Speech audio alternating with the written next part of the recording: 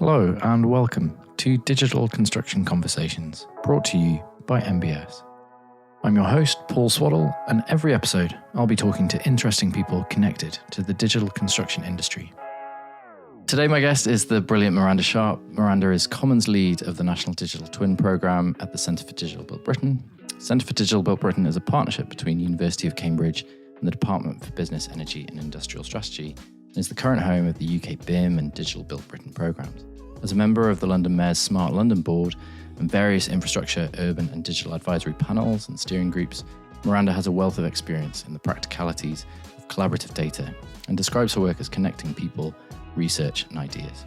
Miranda was previously Innovation Director at Ordnance Survey, so vast experience in using cross-disciplinary collaboration between academia, public and private sectors to deliver complex mapping and place-based data tools and businesses. Miranda says, "I'm passionate about the data, which will fuel a digital economy, smart infrastructure and business models, which will benefit humans and do good."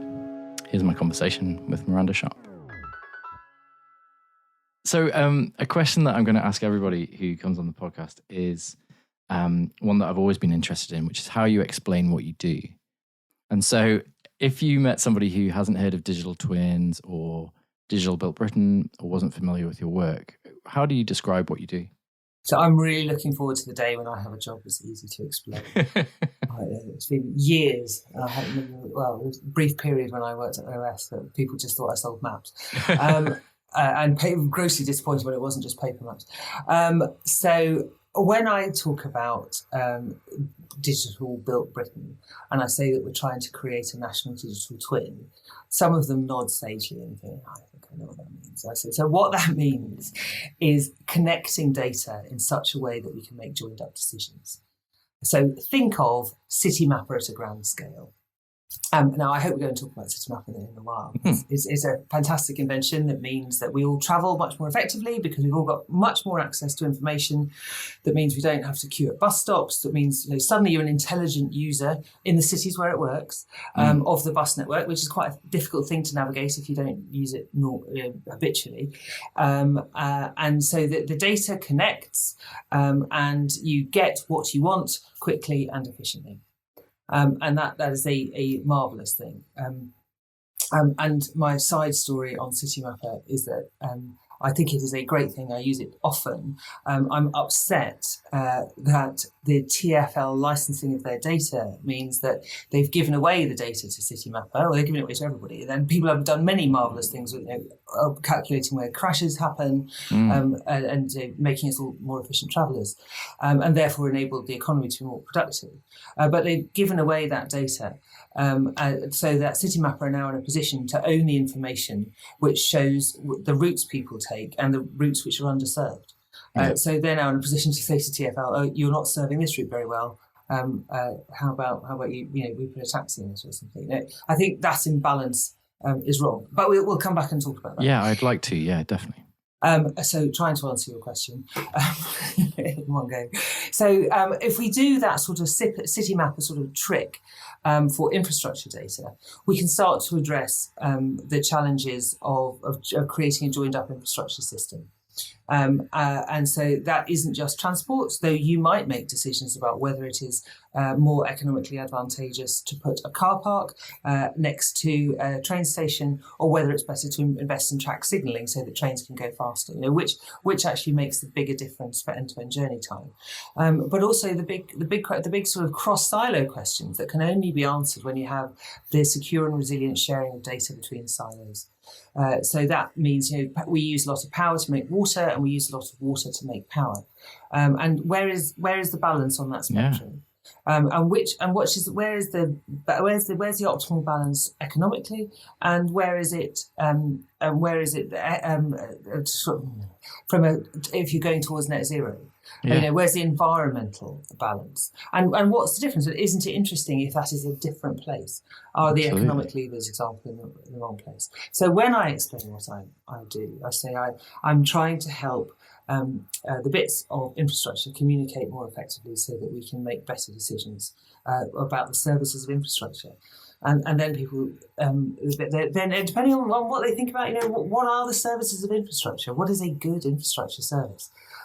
Is is an interesting question as well. Absolutely, yeah. And I think it comes down to that idea that some of these terms that we use, digital twin, digital built Britain, BIM even, these tend to be quite niche and quite acronym based often. So do you have a definition or a way of neatly explaining the digital twin or the national digital twin for those kind of conversations?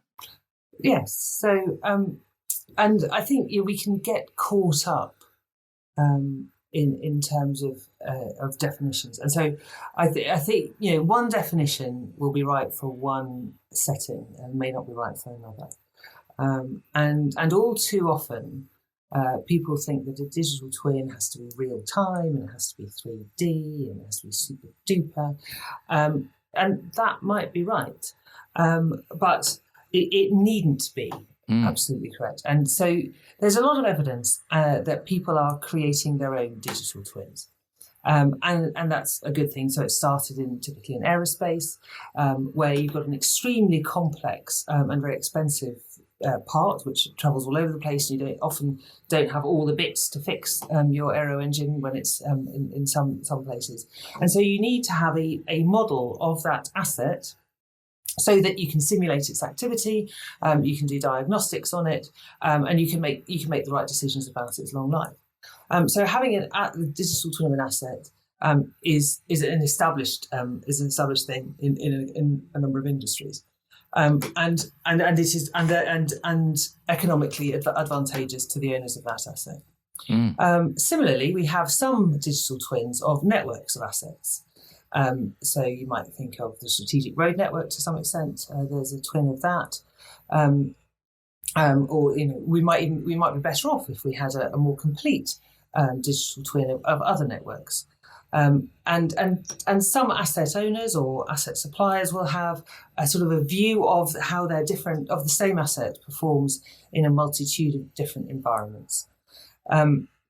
So, for example, if I put up a load of wind turbines in Houston, but I didn't make them frost-proof, that could have been fine until relatively recently. Turns out not so fine now.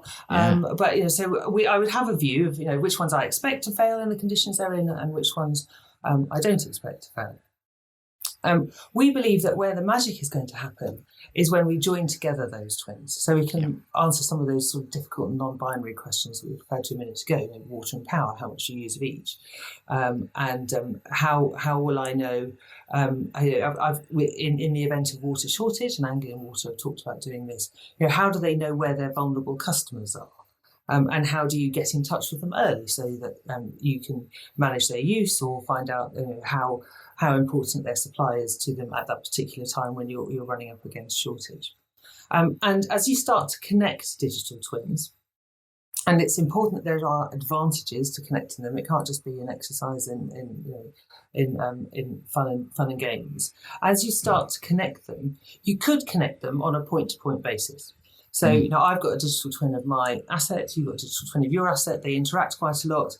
Think of, for example, if I'm a power consuming asset and you have a power plant, and if I start gathering data and sharing it with you about how I use it, you might need to produce less reserve power because you've got a much better picture of the power I'm going to need, and therefore I get into a position where I might pay less because you're having to do less buffering, and the world is slightly cooler because you're producing less power and less buffer.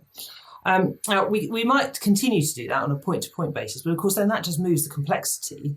So you get we go from the excellent James Hetherington refers to that as going from an n to an n squared problem, because now suddenly we've got twins that may or may not talk to each other and connections that may or may not connect anything else. So that's the ultimate efficiency is if you create this thing that we're calling the information management framework, snappy, which enables almost like a Rosetta Stone, which enables the data you want to share or the data you're willing to share, to be shareable through this framework. So I can say, have you got that data that I'm interested in? And you say to me, who are you? What do you want to use it for? And you can encode all that kind of information in the transaction. So it's not me ringing you and saying, hello, I'm a nice person, I've got all the right security protocols, I'm allowed to ask for this data, I'm allowed to even know it exists. And then we do that. Transaction is all automated, and you've put in your data, and you're not allowed to use it for these purposes, and you are allowed to use it for that purposes, and then that's all an automated process that means that I can then have access to your data and we can share. And the fact that we've shared it might then put it in a different sort of category, and that then it would be valuable to our friend over the road who would say, if you two are talking, that would be really useful for me planning sort of the waste disposal or the local school population or another aspect of infrastructure that is better off linked. So that is the long-winded. I'll probably squeeze in a couple of extra stories. Not at all. I think that's fantastic. So one of the, I guess, misconceptions or one of the questions then would be to say, it's not just a gigantic pool of information. And people's misconception maybe of the National Digital Twin is that it's just going to pool everything together into one giant data set, and that would have ramifications in terms of who has access to it and security and value and all the rest. And as soon as you dump everything into a massive, gigantic data set, you haven't got a data lake, you've got a data swamp. And we learned this when we were at OS is, you can capture information about everything, and we did it in Manchester, and it was a fascinating exercise. Suddenly we captured information about bollards and lampposts and all sorts of things which are not on the regular map of the UK. Yeah. But obviously, as soon as you've got all that information, which is important to facilitate Internet of Things sensors and much more detailed information that enable people with reduced mobility to get around. As soon as you publish that map, it's out of date. There's so much detail. It becomes a Borgesian sort of thing. Yeah. You're much better off with the data that you care about and that you own, you keep, and you update it to the frequency that you require in order to manage your operation. And that may not be real time. So the last thing you want is a bridge that says, I'm fine, I'm still fine. I'm still, nobody else. What you need is change data. Yeah. And so you keep your data, I keep my data. When we need to exchange at a frequency that we've agreed, we do so. Yes, it's federated. So there are 9 Gemini principles, by which we in the National Digital Twin think that a twin should be created, and we're absolutely up for making these better. But the fact they've been around for a couple of years now, and they're increasingly adopted, it gives us all hope that we might have be edging towards the right one. And so we're talking about digital twins that need to have purpose, trust, and function. So what are you sharing the data for? Are you building trust? And that is a balance between openness and security. So you could make everything open if you like. You might choose to make everything open, but that might risk security because not everybody is as strong-hearted and good-willed as we might like to believe, and function in terms of a federation. Which is as we've just discussed. So you have yours, we have mine, and then there might I might need to augment the data you collect for my purposes, but that's the discussion we have about who's best placed to do that. And if you updated it for my purposes, maybe there's somebody else who would also want that updated or that newly spec data, and that would be useful to other people. So yes, that is very much the goal. That's fantastic, and I suppose that cross collaboration where the conversations happen. Are there already good examples of that happening in industry that you could share, or not particularly? I wish there were more, and I wish they were stronger. So we are just compiling a set of case studies which are available on the Digital Twin Hub. And at the moment, they're quite map-based. Okay. Because I think that's where traditionally we have combined data. And because maps are very human readable, I think about this in terms of like a Brio set. I don't know if I've just had my nieces around. We've just been playing the Brio. Yeah. So you think about a Brio set. There's a bit of give, isn't there? Yeah. And a map sort of lets you get around those sort of slightly funny things. So, my format and your format don't quite exist, but if we all put them on a map that we can agree, then we can all see what we need to see. Yeah. All right, so examples of sharing information. So the best couple that we've seen there's been a recent pilot conducted by the Geospatial Commission on underground assets. So they did 2 pilots, one in London and one in the north. And that's people need to know about other people's information when they're digging up the street, for example. Cool. I'm sure many of your listeners are too young to remember the Heineken advert, where there was a man digging a hole in the road. I think it was a man, and they said if Heineken dug holes, they'd say, "Oi, you digging that hole? While you're doing that pipe, maybe you could do mine." And more and more people in yellow jackets and hard hats stand around and say, "Oh, while you're there, why don't we do this?" And then eventually a hearse comes by, and they all shake their heads and say, "No, it's not that kind of hole." So, sharing information on underground assets has a number of public goods. There'd be less disruption on public highways. There'd be just less construction. There'd be less waste. But at the moment, because it's unseen and the data is in, somebody once kindly said, of variable quality, people, and there's 3 versions of the truth, right? There's where I told you to put it, where you put it, and where you said you put it. Lord knows which of those bears most relation to the truth. So once you find the asset, it might be underneath somebody else's asset, and there's no incentive mechanism you didn't know, and there's no incentive mechanism to say your pipe's in shocking state. While I'm here, I should fix it. And so you end up going one of 2 ways. People are very risk averse. I'm about to dig up this hole. Can you tell me if you've got any under assets and the assets underneath it? To which people go, well, no. Here's all my data. See what you can do.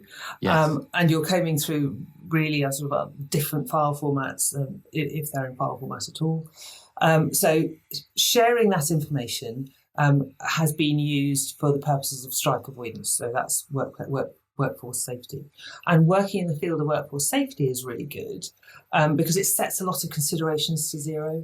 If we're saying that we're sharing data to save people's lives, you don't want to be the person that didn't do it. You can't be the person that says, I'm not paid enough to do that, because that's just never an acceptable answer. So it's a great pilot project, and they both sets have done great work to sort of combine street works so that there are fewer holes dug, and to increase the quality of information relating to underground assets. Because at the moment, in many places we're safe because nobody knows it's all there. But our colleagues in the security services would tell you that that's not a reliable form of defence against people with malintent. Yeah, Somebody will eventually work out that at that junction, all the pipes intersect, and a well-placed piece of action will wipe out large parts of a city. So it's improving the overall information asset. So that's a good example on the underground asset world. There's another London one, sadly, is the London Infrastructure Mapping Application, where the Greater London Authority have done a bit of that, but a bit of sort of the street work coordination effort, and that's actually how they funded it. But they're also saying, based on where the utility services are, we can tell that these areas are well or poorly served by utility, and there's a risk of exceeding the demand exceeding the capacity. So if we're going to develop this land, then it can or cannot bear it. In terms of infrastructure provision. So those are good examples. I would like to see more sort of non-spatially referenced ones. So the one that we talked about a minute ago in terms of big users of energy being in discussion with energy suppliers. Absolutely. So that we can spend less on reserve power that we don't ultimately use. And I think there's hope. So people like the Energy Data Task Force are looking at that. Certainly. So there's a couple of really interesting threads that come out of that. One is the quality of the data you mentioned and people's capability to deliver the data at the quality or at the format that's necessary. So how much of the effort and how much of the task overall is actually about upskilling or educating or providing the capability for those suppliers of data to provide the right formats? Oh, it's interestingly how you couch that, isn't it? And anybody who's worked with data will tell you that they spend 4 days out of 5 getting this sodding thing. Getting the right data, and getting it in the right columns, and although they don't work in spreadsheets, and then the glory and the beauty of the effort. Your wonderful piece of analysis takes about 1.5 minutes, and it's just upsetting. And so that's not a skill thing, is it? Yeah. The skills are all there. I would love it just to be a skills problem. Yeah. And it's not. No, it isn't now. I think it will be, and it will be brilliant. It'll be exciting for me when we get that far. But it's nobody's fault that all this data is in different formats. Yeah. The people love everybody else's data because they don't know the horror stories that lie behind it. Data has its own story tied within it. What it was, so a moment ago we talked about care homes. Nobody cared it was in care homes. They were paying the bill. It didn't actually matter because we didn't need a collective view to the same extent, or as we do in hospitals, for example. And so the data was just much less robust. So but when the parameters change, you then require that extra data. Precisely. And you need it for different purposes, and you need it in a slightly different format. So the way we calculate age, for example, you'd have thought it's fairly normal, wouldn't you? But is there a decimal point? Is it in days or weeks? Because that matters in a neonatal context where you might be, particularly in sort of SCIBU with special care baby units, minus matters as well. Absolutely. When you're talking about healthcare data, just as an illustration of how data can be surprising and have different values in it, and how that was right when it was put in at the time. So I think the data will be more complex than we imagined. And for that, we will need skills, and we will need more and better skills. But we also we have a technology debt, I think, in terms of the data which was produced resides in systems which make it less interoperable than we might like it to be. Therefore, it might be easier in the first instance to connect new data sets, but we can't run away from the existing the data which already exists.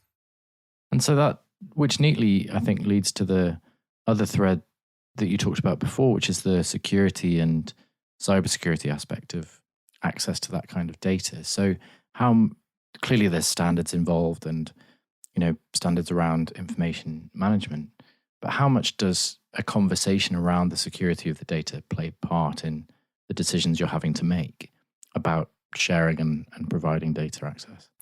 The security people with whom we are blessed will tell you that you can't leave thinking about security until the end. You can't paint it on, and so we're absolutely starting from the ground up.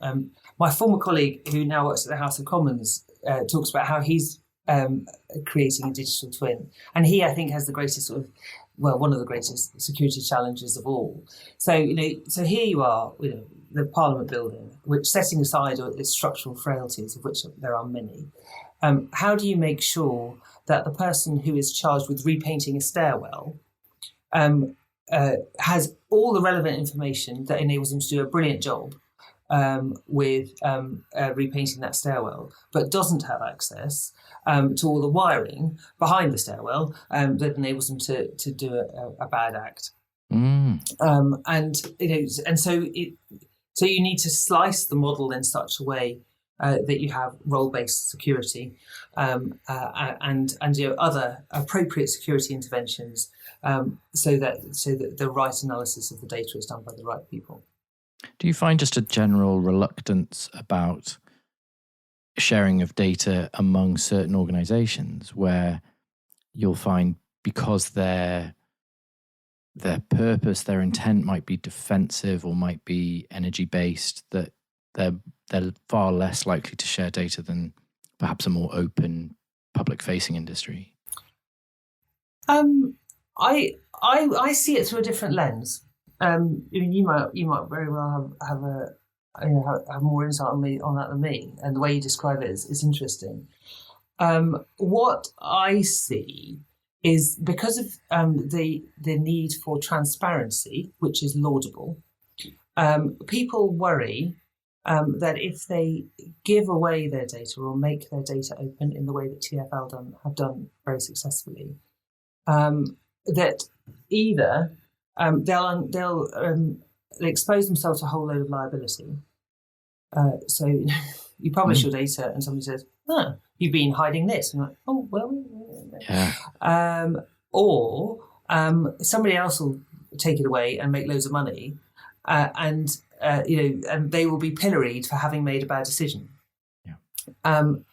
And so, and we have an insufficiently well-developed data economy, would be my conjecture. That at the moment it's either have it and go away and leave and take it away, or it's all mine. And we don't have the trading mechanisms that say you can have this data for this purpose. I'm not accepting any liability. I found it in the back of a skip, or I found it at the bottom of a filing cabinet, or wherever I found it, or I collected it for the purpose of this, and you want to use it for the purpose of that. Wasn't for that. Fill your boots. How does that transaction happen versus, oh, it's interesting that you're interested in my data. I use it for this purpose. I maintain it for that purpose, and it costs me this much to do it. You want to use it for that purpose. I would need to spend tuppence halfpenny. Can you pay me threepence? And then we all think, and it would cost you 45p to make it. So we're all quids in. Let's have that discussion. And I don't think we're yet at the place where we can have that discussion. Though I am encouraged that we are moving to that place in slightly funny leaps. Look at what's happening in Australia with Facebook. Well, absolutely, and I think the perspective that I wondered about was the international side of this. So clearly, this isn't and can't just be a UK initiative, because some of the data that you're wanting, say from an energy company that might be based somewhere else, is going to have international borders. So how are digital twin programs similarly happening elsewhere in the world, and how much of a broader view of a global digital twin do you have to have? Yes, and people will say this is all very well, but my industry doesn't respect the border, and so much of that data is global. So, and equally, there will be other countries looking at us going, why is sharing data so difficult for you? And so we in the UK are in a difficult position because our utilities are owned. I've said difficult. I mean, in a unique position. Would you like to rephrase this? Well, we have an industry that's regulated for lowest consumer price, and that was considered right when that regulation was put in place, and possibly as a result, we have utility industries that are owned by overseas-based investment companies, in effect, and therefore negotiating with them is more complex than, for example, in other countries where they've elected that utilities companies should be national and publicly owned, and therefore they have perhaps a less efficient, but perhaps a more joined up approach to utility provision, and therefore not all the problems are the same problems, but I can only imagine. And I suspect I've rather staked my career on the fact that people will want to share more data, and so they will be tackling different problems. But the technology and the data science shouldn't be greatly different, and good. So we can absolutely share that. And this isn't a competition. Certainly, we at CDBB are trying to create the rules so that other people can compete on a better game. And so we are certainly have been in touch with other people in other parts of the world who are creating digital twins which are right for their environment. Always the challenge is, how do you fund something like this? Some people are choosing a pay-to-play model, and others aren't. And that'll be right for them. It'll be interesting. We're all watching how each other are developing. That's always interesting. Yeah. And so with a view to sharing information where it's relevant. But that's another important point.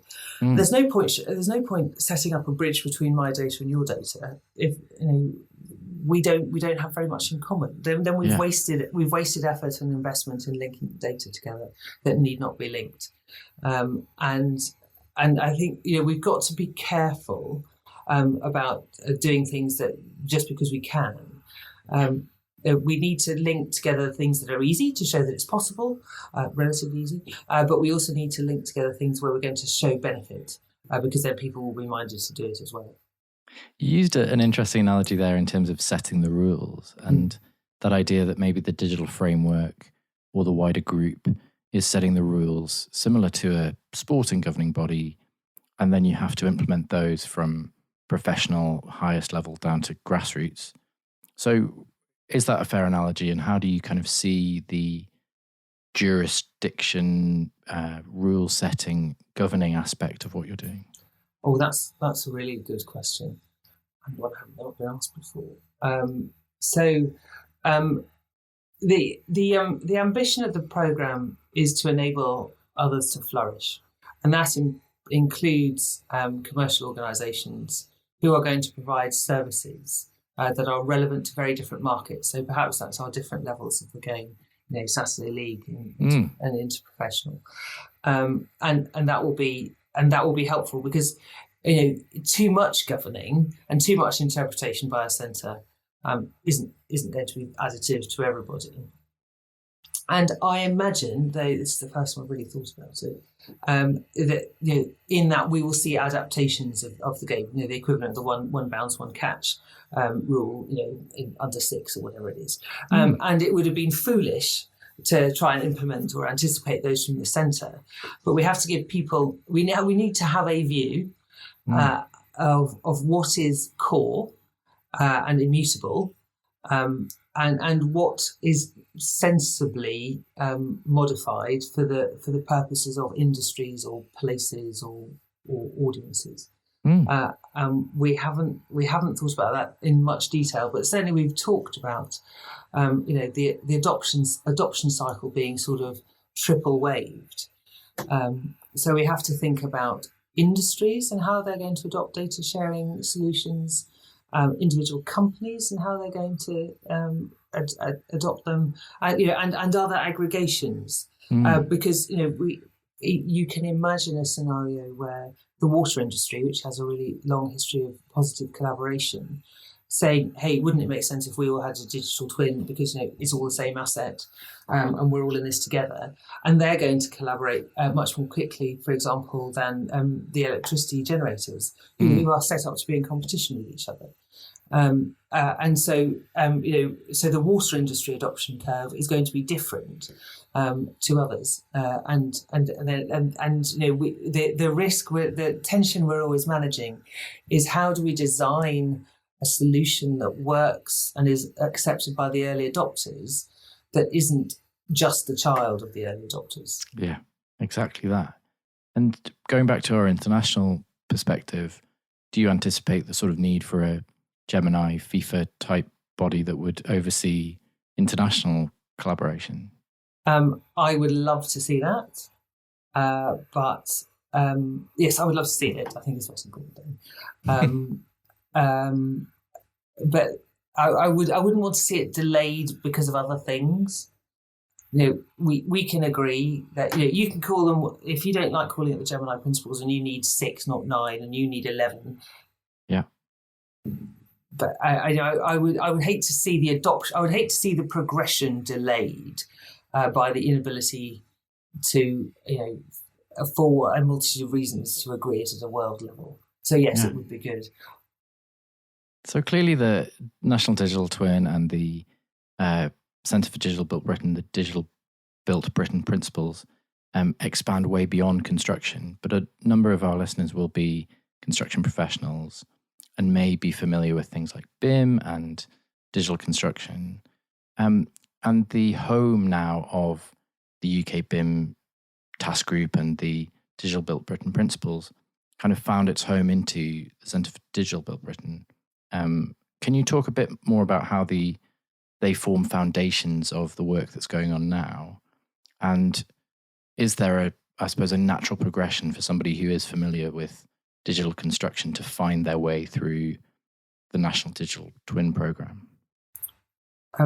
That's a good question. And I really hope so. Now I wasn't deeply immersed in the BIM world. So I am absolutely correctable on any of the assertions I'm about to make. So BIM served a really useful purpose and enabled digital construction, and digital construction is vital. There's that really frightening McKinsey graph which shows the level of digitization and productivity in different industries, and construction bumps along the bottom just Precisely slightly above, slightly above hunting and fishing, and that's right. Yeah, I don't know, quilt making or whatever craft you're in, and so the impact of digitization on construction is important, but the impact on the asset base, is less important. So we have more than 99% of the infrastructure that we need, and so we're not going to solve all problems by digitization of construction. We need better data. And I'm calling, and there will be those that are upset that I do this, I'm calling a BIM model data, but we need better data about all our assets, and we need to share that data, not just between assets, but across the life cycle. And so we might have a beautiful BIM model of an as-built asset, but unless it is used and updated to reflect what's happening in the real world, and that's an other important aspect of the twin, is the link between the real world object and the digital model. Unless those two develop in tandem, they are of less utility. So somebody who is an expert in BIM, will be developing, and I hope will be challenging those that they work with to develop the digital assets that they created in their BIM states. So one of the related questions to that is, there's been probably a decade of BIM adoption and development in terms of the standards and things in the UK, and potentially more. But yet the adoption rate and the level of implementation still remains relatively variable across different construction areas, and that you may still go on a site and find lots of paper. There's still a lot of PDFs and paper being exchanged. In a similar way, do you have a sort of timeline for how you'd like the progression of the National Digital Twin to go? And is there a sort of a target date of, we would like to have all of this adopted by 2020, 2030 in that way? No, but perhaps we should. I talk about a lot of this with colleagues quite a lot. The sort of the inexorable power of operations. You can give me a model if you like. I like my paper. Thank you very much. And that is a failure to show the benefits to people. And that's a bit about over-promising what the technology can do, and perhaps introducing technology that's not sympathetic with the way people work. And so the worst thing we could do is say it all has to be done by 2025. Does that? Whose needs does that serve? And that's why we've got to be sympathetic with how we introduce and introduce data models and the sharing of data. If the most efficient way of sharing data is you write it down on your pencil with your clipboard, cracker. Yeah. But I suggest, back to the how you record age, that is subject to frailties. Now, just because you type it into a digital assistant doesn't mean you don't make typos, or don't take the wrong picture, or don't upload it. Or nothing is immune. But we need to make sure that the steps we make are improvements for the people who are using it, And that means people who are creating it and people who go on to use the data afterwards. And so I argue hard for we've got to understand who benefits from this, and we've got to make sure that the people who invest in digital assets are also those that are able to secure benefit. So if I invest in connecting your twin with my twin, it is absolutely appropriate that I get benefit from making that investment. You know, if I can show them that working with data and not their bits of paper makes their life easier, then we're on a virtuous circle of collecting better data that's going to be used. And that's surely what we want, rather than a full state for implementing the technology. However, we're all subject to funding constraints.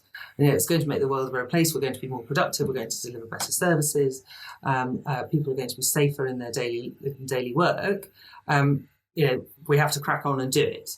But actually, one of the joys of not being very well funded this year is we've had time to think about how to be sympathetic in our approaches to digitization.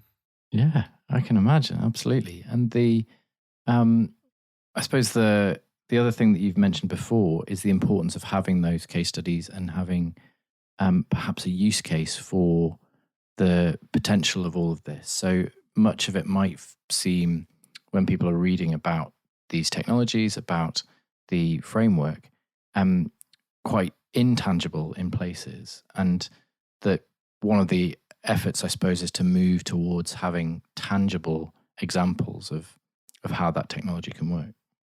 Yes. Well, it is all about the use case.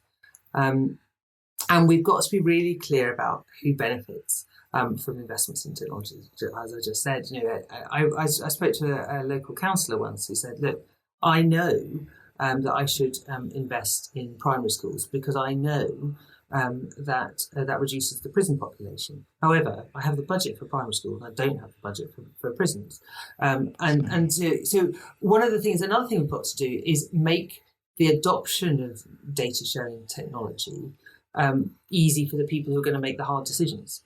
And so if we can sort of remove the insurance barriers to sharing information, we will get to a better place of adoption and a better place of use.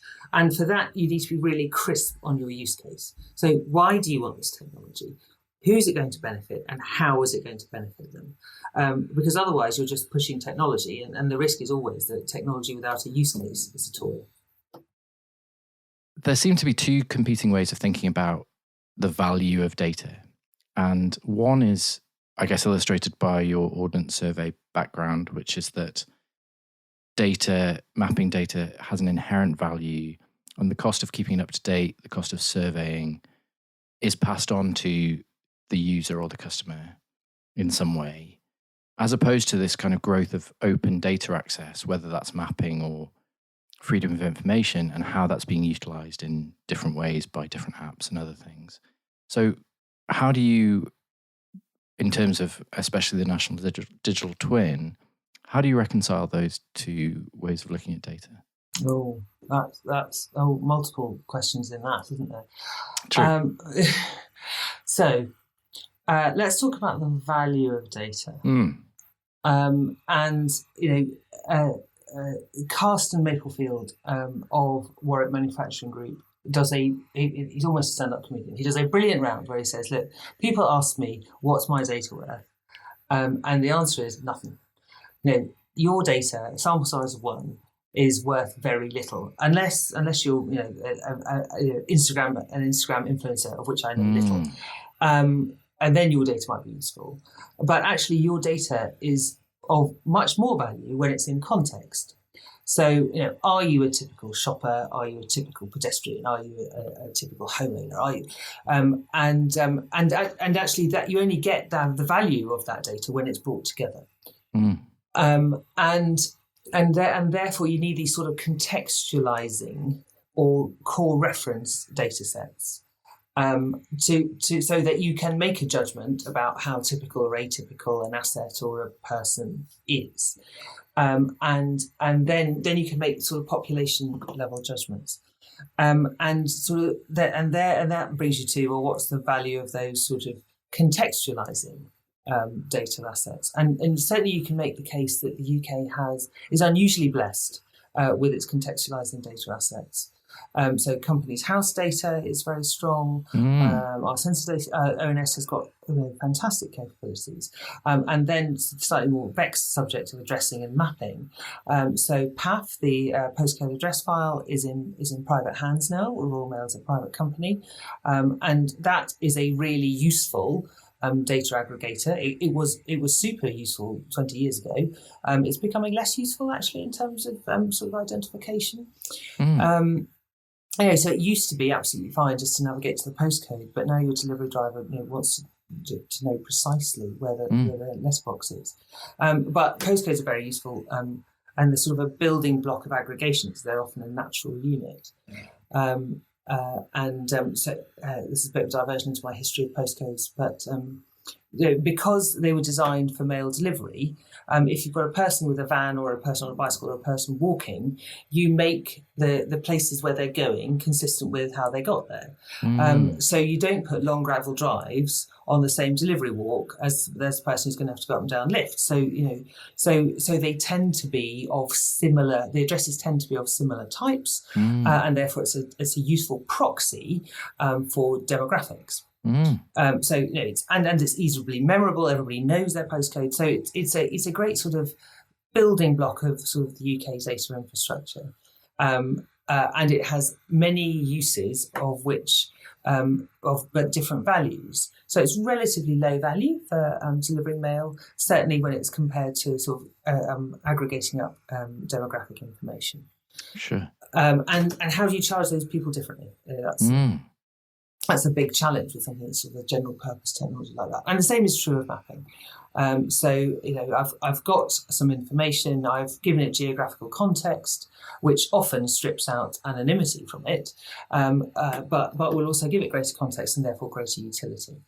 And therefore, who pays for the mapping? And that is a vexed question. People like Google Maps and others are available have given us a great gift of productivity. We can all now find much better. There's evidence that our brains are less good at understanding where we are because we just follow a blue arrow. But interesting. And that's a whole podcast. That's fascinating. What lack of contextual information does to your wayfinding. All that. So there's that tension in that, and that's because the Open Data Campaign has very successfully campaigned that by releasing data, particularly data which has been created using public funds, releases value into the economy, and not only releases value, but has a great deal of transparency. So parliamentary expenses, PPE contracts would be quite relevant at the moment. That kind of information which is released enables better governance to take place. But there's a difference between transparency and open data in the same way that there's a difference between free speech and free beer. Yes, free speech and free beer. One's a universal good. We can argue about whether free beer is good for everybody. So let's not conflate the two, and let's be respectful about the investment that needs to go into good quality data. Now, it may very well be that you've got some effluent data. You produce some data out of your operation, which is extremely useful for running something like a health service. Now, isn't that marvellous? If it really is free to you to create it, make it, and store it, then I will be delighted to take it for free. Thank you. Who wouldn't want their raw material for free? However, if your operation changes in a very minor way, that actually enables you to be more efficient, but completely horlickses up the data you produce on which I'm running a health service, that's not a brilliant operation either. Absolutely. So we should be allowed to run into a commercial sort of agreement, commercial or other. It doesn't need to be commercial. We just need to have an agreement that you're producing data on which I run my service. Thank you very much. And maybe I contribute to the costs of you maintaining the data collection or data preparation operation on which I am reliant. And so we need to be much more cognizant of the value of data, but problem we have, and we're seeing this in Australia at the moment, is because the business models of these large sort of data monopolies, they're not monopolies, let's call them data companies, because of the power of these large data companies and because their business model allows them to give away services for free. So they give away the services for free, but they monetize the data in very different ways. So because we have got used to receiving services for free and giving away our data, we're not equipped to have the conversation about the data economy in a way that I think would help us to make better decisions. So if we were able to have the conversation about the value of our data assets and how they compare to our physical assets, I think we'd be in a much better position with respect to something like a digital twin.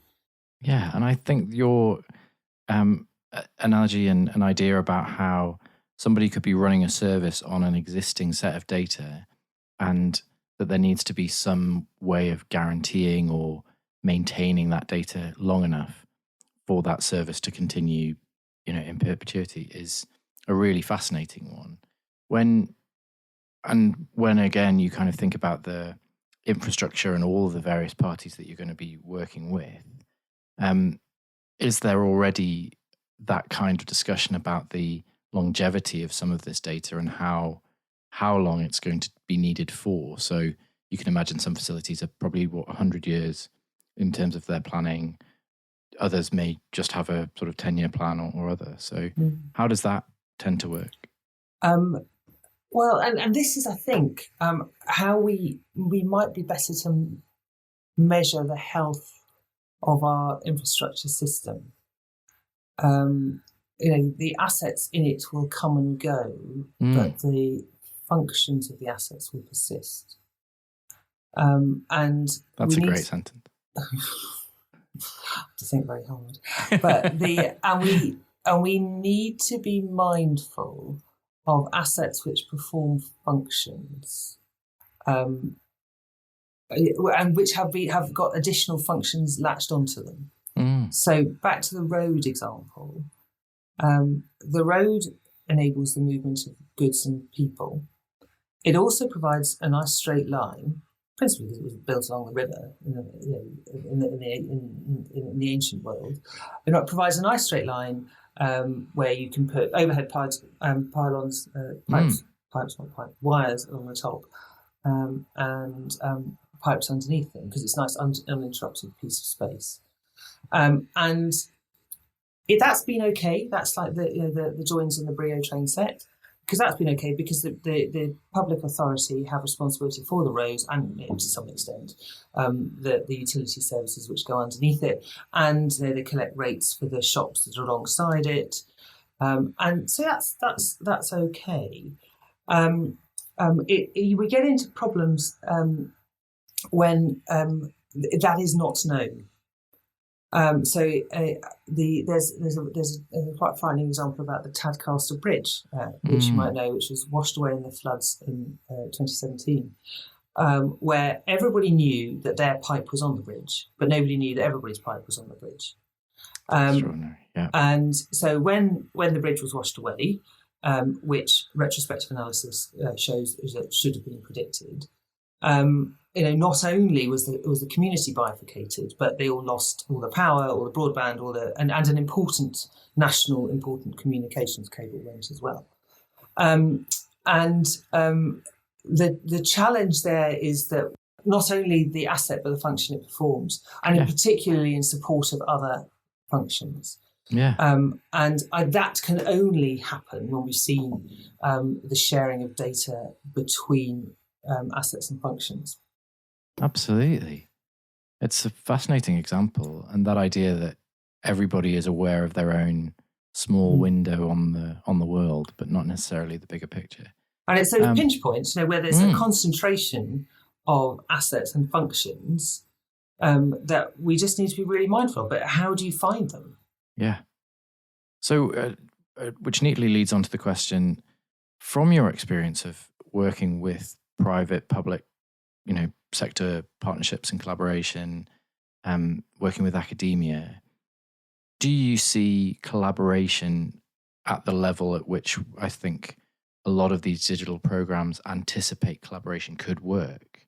And what are your hopes or concerns about the level of collaboration between those various parties? So, nobody gets out of bed with any intention of doing a bad job. Certainly everybody I deal with is lovely, in case any of them are listening. And I do mean that very sincerely. People are really keen to share relevant information to get better outcomes for their customers. The problems arise where there are problems, when the measurement gets in the way. So I do really want to help you with your problem, but my KPIs are all here. Mm-hmm. And actually, to share my data with you, it's going to cost me time and money, and it's not going to fix my KPIs. Yeah. And so this is not an individual problem. This is sort of a community level problem. Back to the Tadcaster Bridge, they were all running really efficient networks, but they just were unaware of their mutual codependency on a frangible asset. And so that's why I think that securing the benefits and understanding the barriers to securing those benefits is such a pivotal piece of work. We may look back and discover that the technology was the easy bit. We knew how to share data. We could do it. We could, take it out of the crusty databases and bang it all together and be about. But just it was never the most important thing, and that's because we sort of hardwired a little bit of inefficiency into individual networks, and to break the individual network, we have to throw a lot of pieces into the air and put them back together again. So that's why it's got to be a bit slowly catchy monkey. We've got to link together the things where we're going to see benefits and where benefits can be realised, and then that makes it easier for the slightly harder things. Think about the UK housing stock, for example. It's going to take a really long time to collect information about that because it's really slow and the ownership is so diffuse. So can you tell me about your journey to Centre for Digital Built Britain? So you were Innovation Director at Ordnance Survey. Was it a natural progression and a path to the National Digital Twin? Well, for me, it's completely natural. So I was very interested in a consultation which came out from the National Infrastructure Commission. And we as OS put in what I think was an excellent consultation response, in large part due to my excellent colleague Mark Starman, who wrote a fantastic consultation response. And as a result of that response, our good friends who became good friends at the National Infrastructure Commission rang and said, we really liked your response. We think we're thinking along the same lines. Will you come along and be on a challenge panel or editorial panel? I met all these people who were suddenly talking my language about, if we had better data and we spread the technology judiciously, we would understand and be able to produce a higher performing national infrastructure. So it's not about instrumenting every railway bridge so that lorries don't strike it. It's about instrumenting the ones that get struck frequently. And then and that would cost in really quickly. But if you instrumented every railway bridge, it would cost loads of money. And so completely, put the right technology in, use it for the right purposes, and the world will be a better place. And so that report was published, and then one of the recommendations it made was that this information management framework, the guts of the National Digital Twin, should be created. And I was very keen to keep working on it. And so I did, and I managed to manoeuvre myself into continue to working with it because for me, it was absolutely where the future of data is going. It's about how you can join it together and what other sources are available, and how we get multiplicative value as working with them together rather than in an isolated fashion. So clearly data's a passion and that it's part of what you enjoy as well as what your role is. What are the other aspects of your personal philosophy or approach that you bring to a role like the one that you're doing? Well, My friends would tell you, I hope, that they would use various words that would start with, but at their heart would be something like, helpless networker. I really enjoy meeting new people and understanding them. I'm a chemist. I really like to understand the technology. When I reflect on my career, or what passes for a career, I've been at my happiest when I've been scratching around in the deep corners of an organisation with the deep technical people saying, tell me how it works again. And why does that work? And why doesn't it do this? And I really like to understand the science behind things. So I'm happiest when there's a science behind it. And then I like to take my understanding of that science and take it out into a customer setting and say, isn't this amazing? And wouldn't it be marvellous? And what could we do with this? So I like the co-collaboration and the sort of the joining points there. So I think that's how I ended up in innovation. Yes. So and that was just by pulling apart enormous amounts of data so that we could better explain the problem to people, so that we could design a better solution. So will you be going back to a kind of balanced office type way of working? I don't know. Are you going to have a blend, as they say? Oh, well, I think I'll have a blend. But it depends what I do. It's quite easy to imagine that I will only go into town for events. Or, for town, read, and office. Because I'm self-employed at the moment. And it'll be interesting to see what happens to the big meetings, actually. Yeah. So certainly last year, I really missed the big meeting because it was all about who you went up with in the lift and who you sat next to, and communication But you get so much better attendance at meetings because people can just can go ding ding ding ding ding ding and that's right. So I'm really interested to see what blended looks like. That would certainly be my idea. How would you engineer in the serendipitous though? I think it's fascinating. Yeah, I'm missing that, and I think of the last 12 months, that's the bit that I've missed the most. Is the it's almost the serendipitous, but it's also the interstitial. It's the bits that walking between meetings or popping out for a coffee or bumping into somebody in the street, and that is where you get those little bits in between. The trace elements. Are you a chemist? Exist. No, not at all. So architecture is my background, and okay. But no, I love chemistry though. Oh, you're a chemist, is that right? I'm a chemist. Oh, of course. And I don't know if you've ever met the lovely Steve Turner, who used to be Manchester City Council. And and then he's the Catapult. Okay. And he talks about interstitial. Yeah. He's also not a chemist.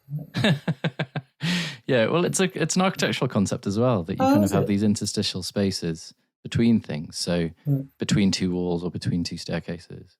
And that's where magic happens, that's where you put the water cooler. Yeah. So the people you only used to see once a quarter. Yeah. It's really hard to engage with those people. Yeah, absolutely. Yeah, I think it's going to be very interesting to see how it all develops. I think my closing question is always the same, which is, and it could be about technology or society or your own personal development. What are your hopes for the future? Oh, you see, it's quite tempting to get quite philosophical about that. I really hope I get to continue to work, or I work long enough in the field of data to see us having a really interesting discussion about better business models, so that we value information in a way that we currently value physical assets.